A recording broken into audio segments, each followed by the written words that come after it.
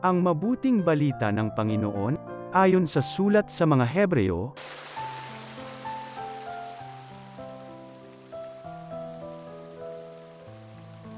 mga kapatid, magpakatatag tayo sa ating pananampalataya, yamang mayroon tayong dakilang saserdote na pumasok sa kalangitan sa harapan ng Diyos, walang iba kundi si Jesus na anak ng Diyos.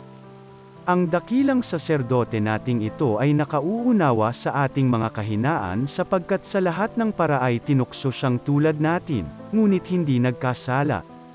Kaya't huwag na tayong mag-atubiling lumapit sa trono ng mahabaging Diyos, at do'y kakamtan natin ang habag at kalinga sa panahong kailangan natin ito.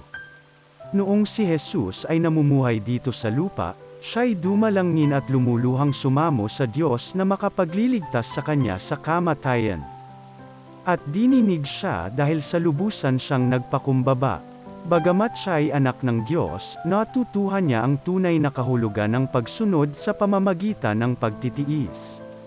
At nang maganap na niya ito, siya'y naging walang hanggang tagapagligtas ng lahat ng sumusunod sa kanya. Ang mabuting balita ng Panginoon.